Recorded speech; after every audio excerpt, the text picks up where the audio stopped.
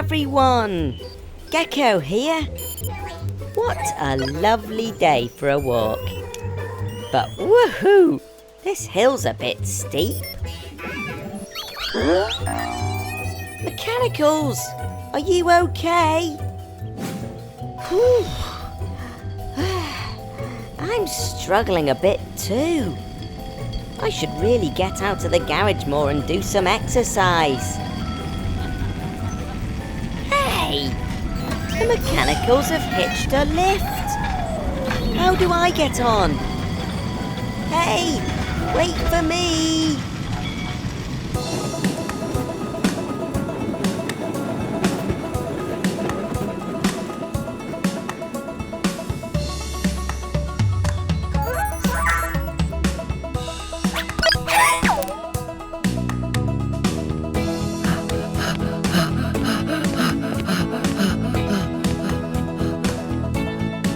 Hi Gecko, are you okay?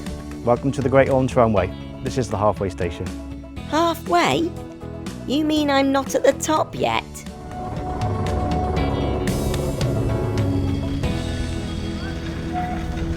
Wow! Now this is the way to travel. Put your feet up and get pulled up the mountain. This is a tram. It runs on rails, and it's connected to a really strong cable, which pulls it up the hill with absolutely no effort on my part. Phew!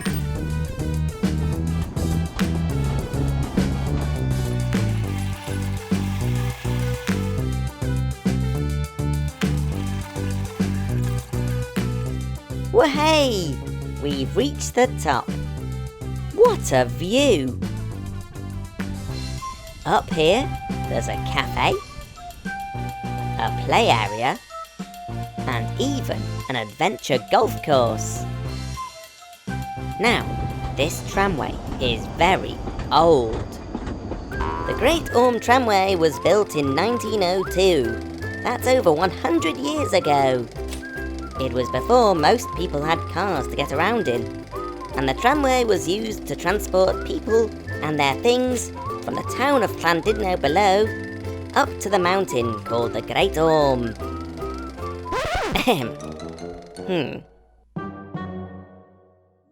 Let's take a closer look at how these trams work.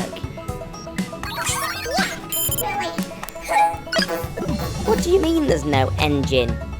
Excuse me, James. If there's no engine in the tram, how does it move up the hill? Good question, Gecko. Well, as you know, the tram is connected to a really strong cable, and this cable is connected to a big winch at the halfway station. Would you like to see? Ooh, yes please. This is a winch. Wow, this is amazing. This big winch is really strong, and it winds the cable in, which pulls the tram up. But that's not the only help that the tram has. The tram climbing up the hill is also connected to the tram going down the hill.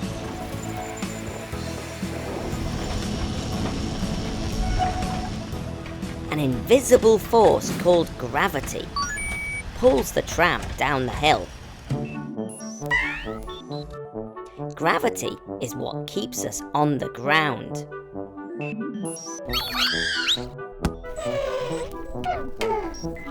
Oh dear, Blue. That's gravity for you. It's always pulling us towards the ground, with sometimes painful consequences, eh, Blue? What goes up must come down. Back to the trams. The weight of the tram going downhill helps to pull the other tram up the hill. That means the tram doesn't need an engine on board. Wowzers trousers.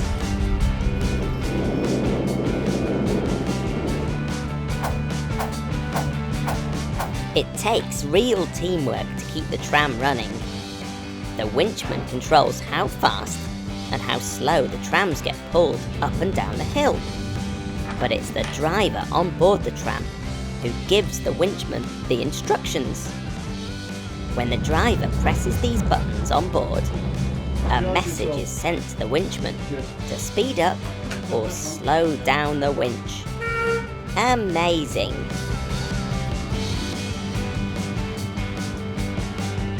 Whew! I'm exhausted. All of this learning has made me tired. I might have to leave my big walk until tomorrow. Thanks very much to James and everyone here at the Great Orme Tramway.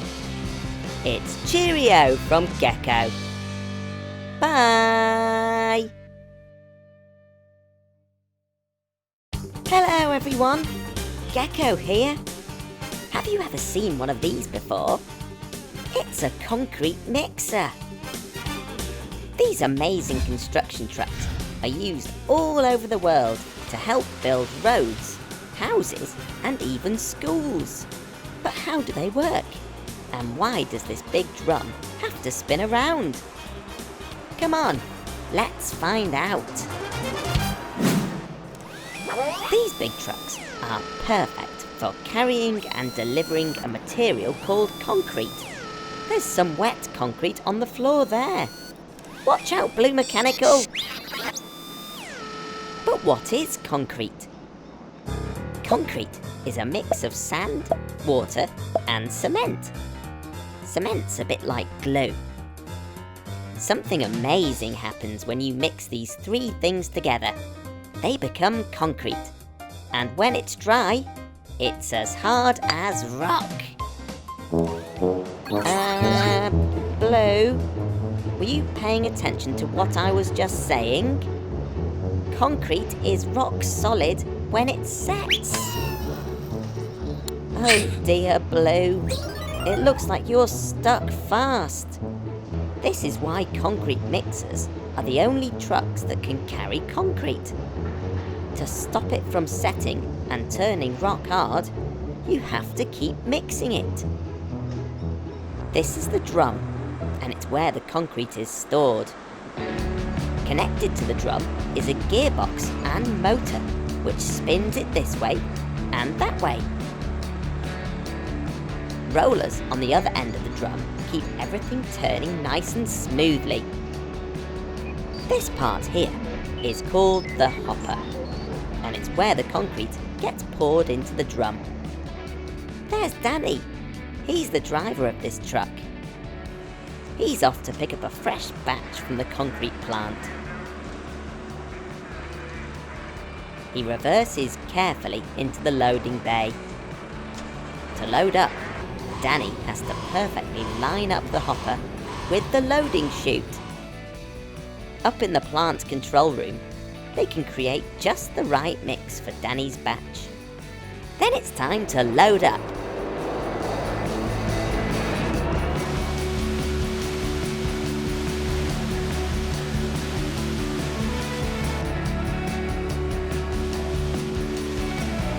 Whilst he's waiting, Danny tops up the onboard water tank. It's very important to have plenty of water on board, because clever computers inside the mixer test the concrete. They can add more water if it starts to get a bit too dry. It's a bit like porridge. Too dry or too wet, and it's no good. Just like Goldilocks, we want it just right. We're fully loaded, so let's go!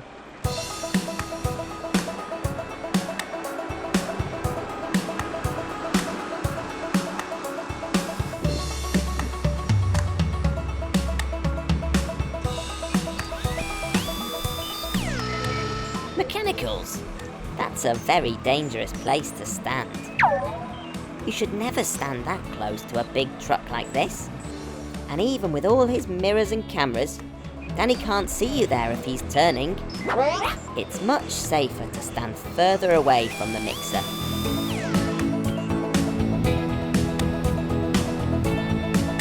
The drum is turning, and we're heading to Danny's customer to drop this load off.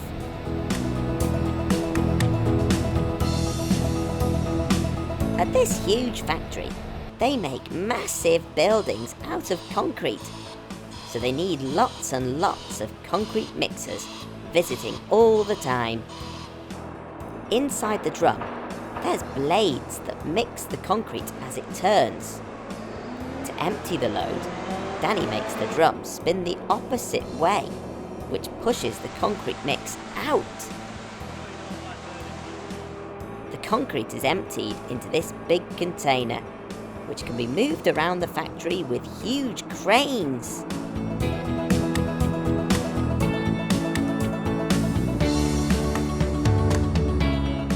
They're using this mix to build a wall. The concrete is poured into this ready-made mould, which is just the right size for the wall.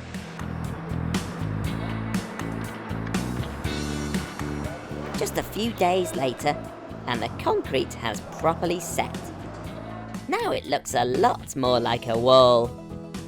The walls are then loaded onto this big lorry, ready to be delivered to the construction site and turned into a building. The last part of the process is for Danny to wash out the hopper, ready for the next batch. Thanks very much to Danny and all the team at Tarmac for teaching us all about these amazing concrete mixers. And thank you for watching.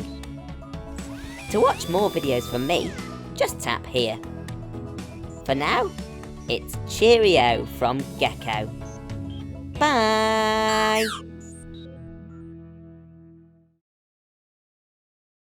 Hello everyone! Gecko here.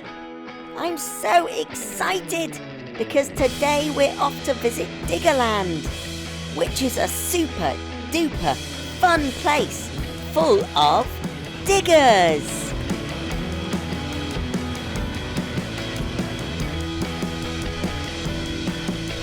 Now what makes this place so great is that we get to go and play on all these amazing vehicles. There's lots and lots of different ones here to see, and they've all been turned into rides. I can't wait to have a go on them all.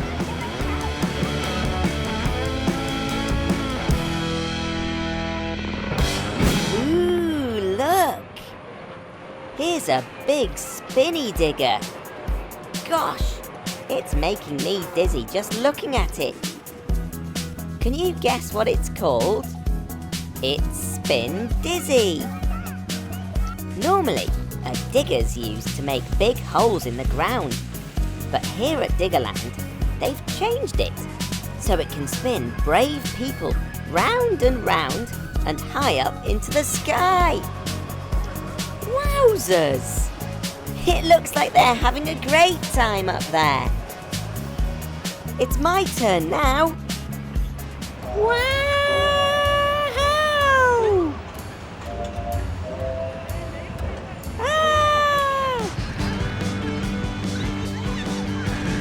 Phew! That was fantastic. Right then everyone, what can we go on next? How about that ride over there? That looks very cool. It's called a sky shuttle, but I wonder what it does. Wow! It's lifting me up, up, up into the sky. The boom grows and grows, whilst the bottom of the digger is rooted firmly on the ground. I bet I can see my garage from here. We're almost 50 feet off the ground now. That's as tall as 2 houses stacked on top of each other. This is brilliant. Right, it's time to get down now. Hello? Hello?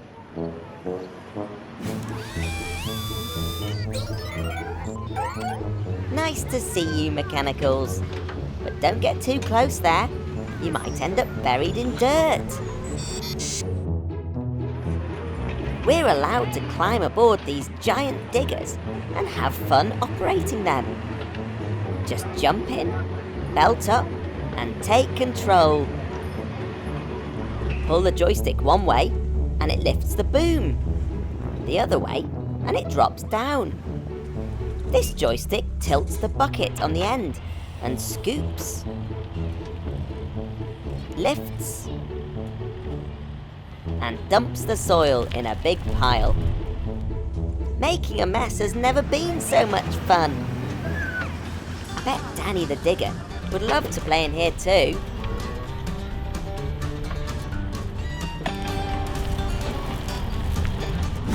All this playtime's made me hungry.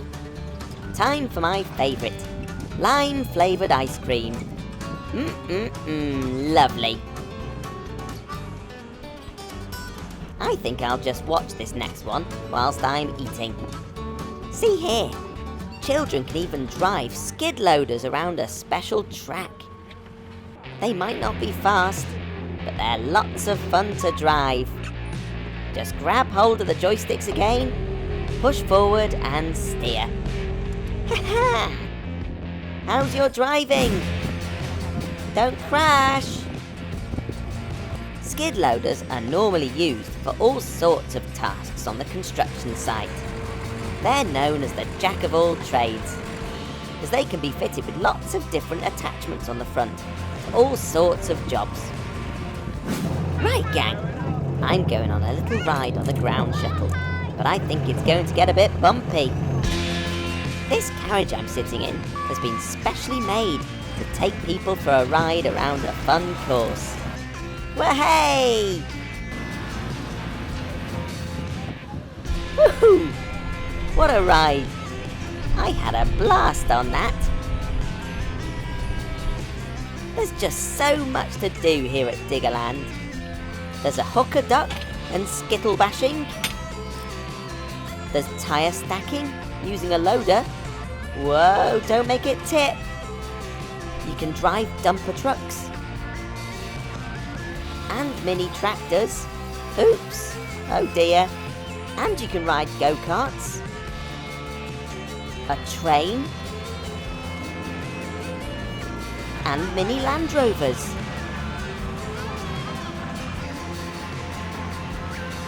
Thanks so much to everyone here at Diggerland. We had tons of fun playing on all their amazing digger rides.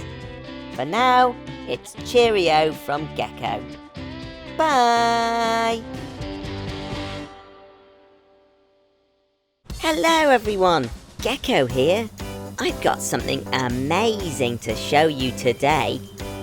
Cranes! Whoa! They're brilliant at taking things way up high into the sky.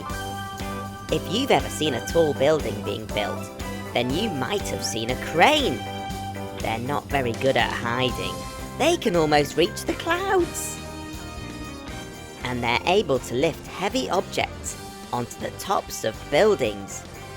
Cranes are so cool! This is a 250-ton mobile crane. It's massive! And do you see the long arm that's sticking up into the air? Well, that's called the boom.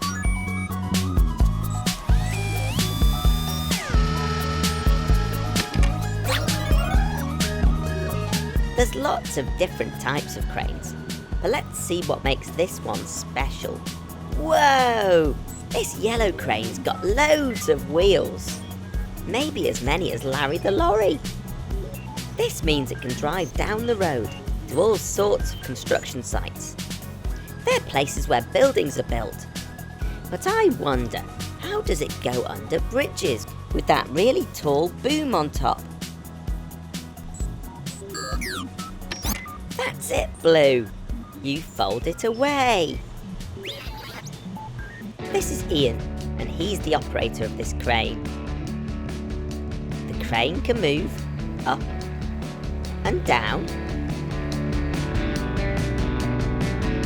left and right, and it's all controlled from something called a cab. That's where Ian sits. He can use both of these joysticks to control the boom and the hook it has on the end. That looks like a fun job.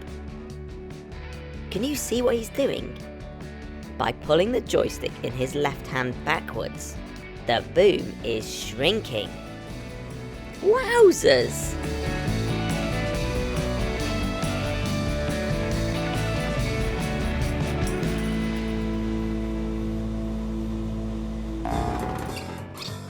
The boom's made up of 7 separate pieces, which all fit neatly inside each other. A bit like a Russian doll. Look at that! The boom is all packed up. These are called the outriggers. Just like stabilizers on your bike, they stop the crane from falling over when the boom is up. To get the crane ready for driving, we need to fold the outriggers away.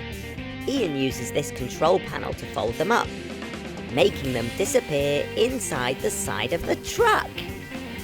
Bye-bye, outriggers.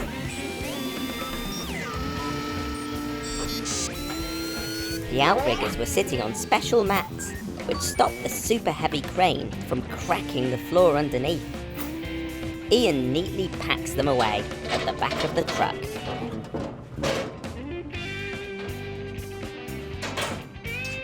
Wow, that's brilliant! Now Ian can jump in the front cab and press one final button to balance the truck, ready for driving. Can you see it wobble? Look, it's rising up. And now it's ready to drive. Off we go!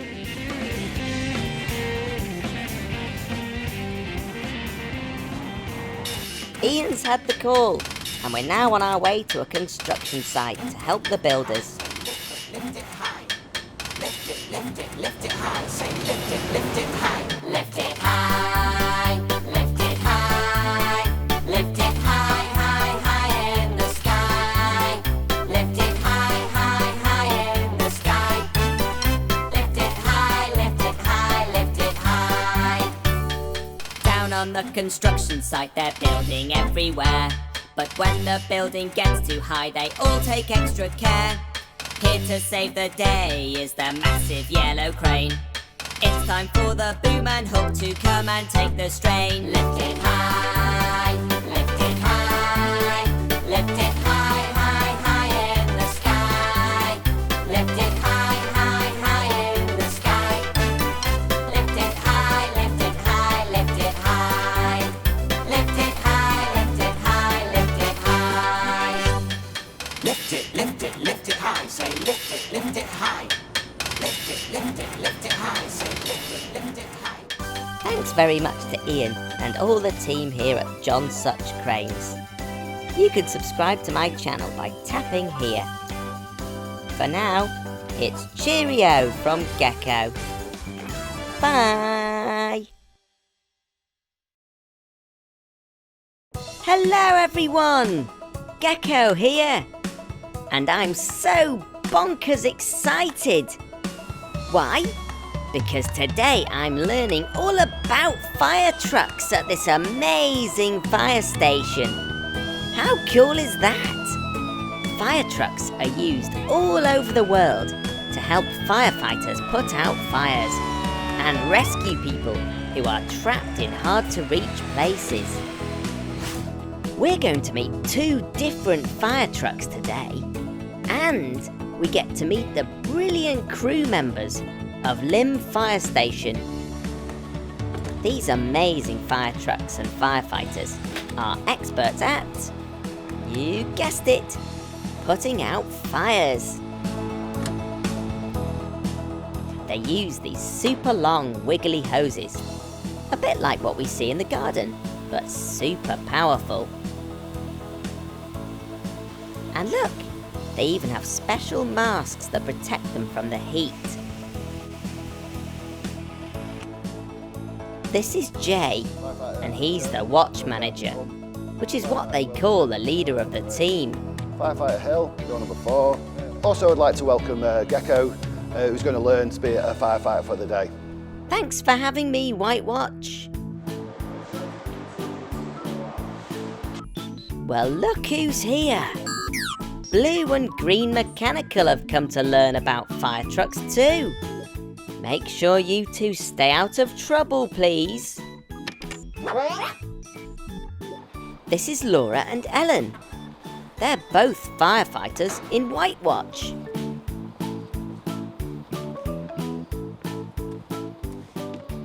What are you doing now, Laura? Well, Gecko, we're getting ready for the start of shift. This involves getting all our kit out so that we're ready for any emergency that we might come across. So as you can see, Ellen's put her boots out ready. She's also got both the jackets, a helmet and her gloves, so she's ready for any emergency we might come across. Speed is always of the essence, so it's important that it's all laid out properly. Everyone, meet Andy. He's the driver of the fire truck. He's making sure everything is okay for the next emergency call-out. But what is an emergency call-out? Well, that's when people ring up and tell the firefighters they need help. And remember, it's very important to check that the truck's lights are working properly. They need to flash really brightly when the truck leaves the station to let people know help is coming. I love this fire truck. Do you know why? It's because there's so many secret places to store the amazing life-saving equipment.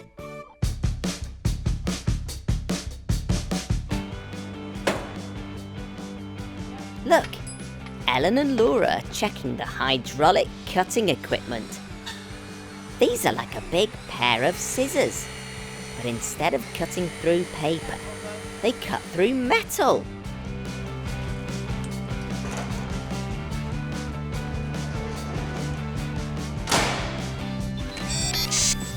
Now mechanicals, you're going to have to stop messing around. This isn't a place for messing about, guys. We don't want to end up rescuing you, do we? Once Andy and the gang have checked that the truck is okay, Laura and Ellen need to make sure their breathing apparatus works safely. This is what they use when it gets really smoky inside a building that's on fire. It's very important that they can breathe clean air. Psst. Guess what, everybody? There's actually more than one fire truck in this fire station. This one here is called the ALP, which stands for Aerial Ladder Platform. Should we all say it together? Aerial Ladder Platform. Now the team use this ALP truck when they need to rescue people from places that are just way too high for the ladder. Wowzers! It sounds like someone's in trouble. Come on, Gecko, get your gear on. We've got a job.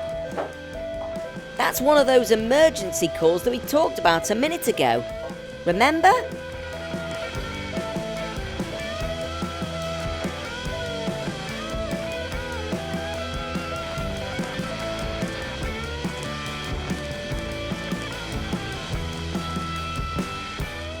All of the important stuff we need to know about the rescue comes through on this piece of paper.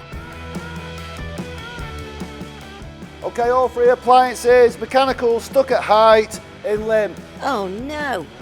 It sounds like the mechanicals are in trouble. We better go and rescue them.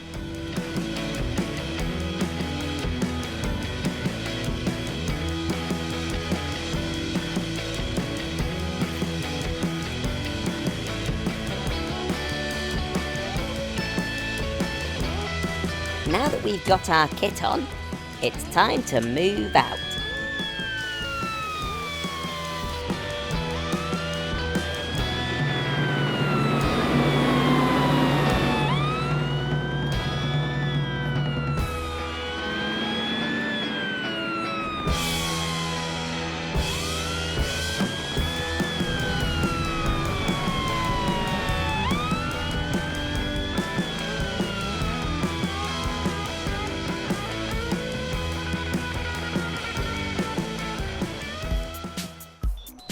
Oh dear, it looks like those silly mechanicals are stuck at the top of that tower and can't get down. We'll have to use the ladder to go all the way up there and get them. Look at this amazing teamwork. The crew all work together to get this ladder up as quickly and as safely as possible.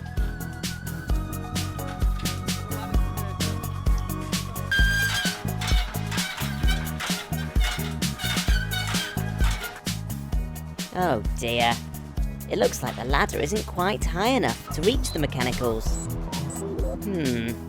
Now, what can we use instead?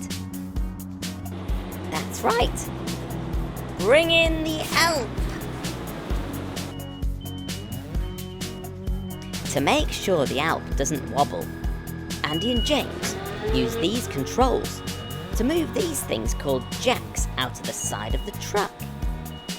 They look like metal legs, and they stick out and lift the truck off the ground. Wow!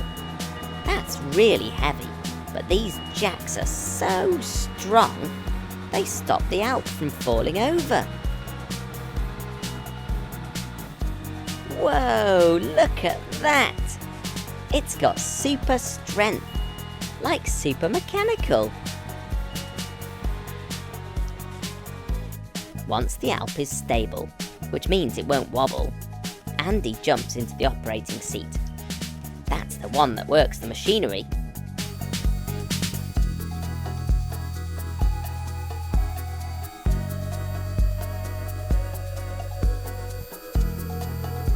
James is so brave. Look, he's going up in the cage to rescue the mechanicals. Now, because he's going up very high, he clips himself on using this harness, so he can't fall off. A harness is a bit like a belt you wear around your trousers. When you fasten it, your trousers don't fall down. Okay, here goes. Up, up, up, up into the sky! James is now in control of the cage, and he can move up, down, left, and right with these joysticks. Almost there. Hold on, mechanicals. We're coming to save you. Gotcha. Phew. I'm glad those mechanicals are safe. Thanks, James and Andy.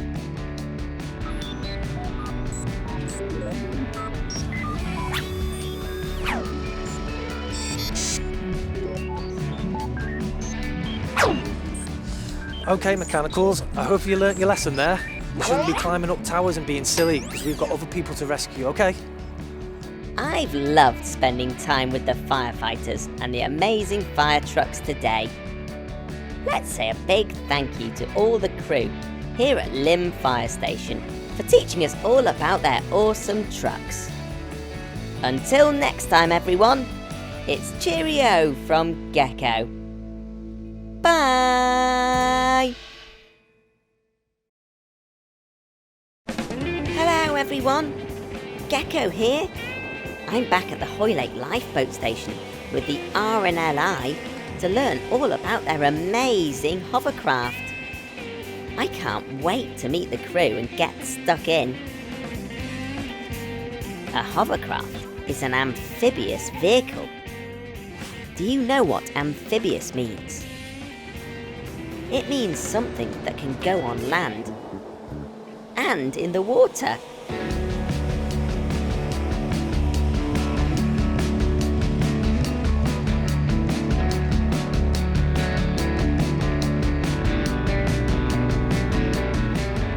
This is Chris, and he's today's hovercraft commander. Great to see you, Gecko. Coming into our lifeboat station. It's amazing inside this lifeboat station. There's so many huge vehicles that are all designed to rescue people who are in trouble at sea. Gecko, would you like to join us on a hovercraft training exercise? Oh yes, please, Chris. To stay safe, warm and dry, the crew have to wear this safety gear. The helmet is actually called a Gecko helmet. Can you believe it? It's a real team effort to launch the hovercraft. Push, team! The hovercraft is very heavy, so a big tractor is used to tow it safely down to the beach.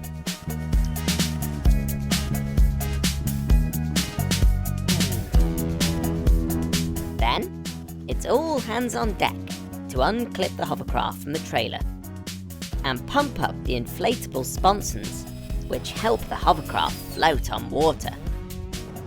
Then the pilot uses the engine to glide back onto the beach. Hooray! Wow, look at all of these levers and switches. It all looks very complicated. Nick is the pilot, and it's his job to fly the hovercraft. To start the engine, Nick turns this key. We can't see them, but underneath the hovercraft are 2 fans, which blow air downwards. This fills the skirt with air, making the hovercraft lift off the ground. Wowzers trousers! The big fans at the back are called the thrust propellers, and these push the hovercraft forwards. When Nick moves this lever, the rudders at the back move. It's these rudders that steer the hovercraft left and right. Nick makes the fans move faster, and the hovercraft glides forwards. Woo, that is amazing!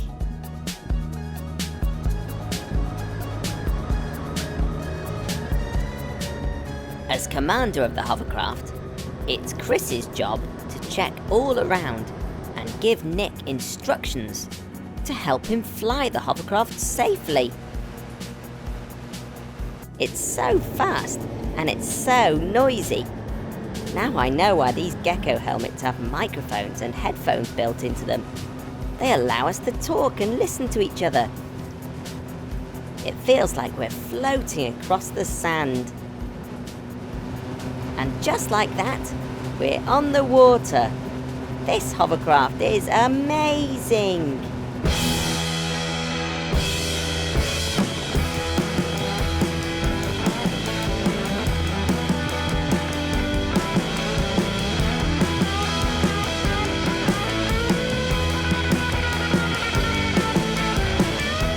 It's now time for me to hop off and let the crew do their training exercise.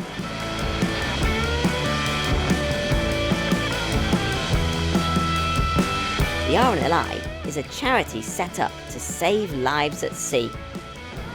And these training exercises help the team here get ready for real-life search and rescue missions. So, to be as prepared as they possibly can be, the team practice, practice, practice. Today they're practicing how to rescue someone who is stuck in the mud. Playing in deep mud near the sea can be very dangerous, especially if the tide is coming in.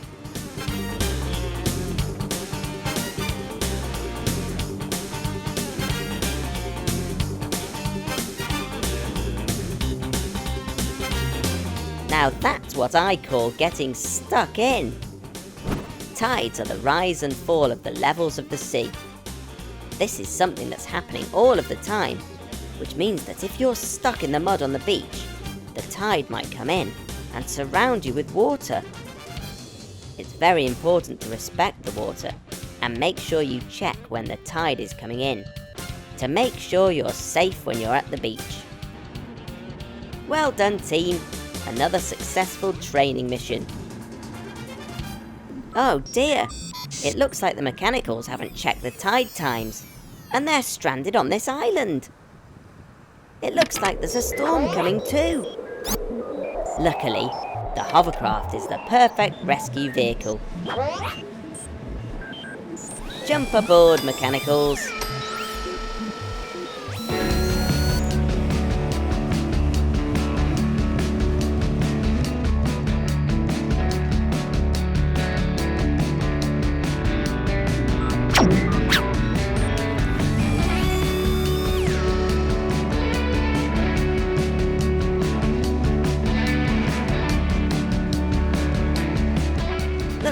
muddy the hovercraft is.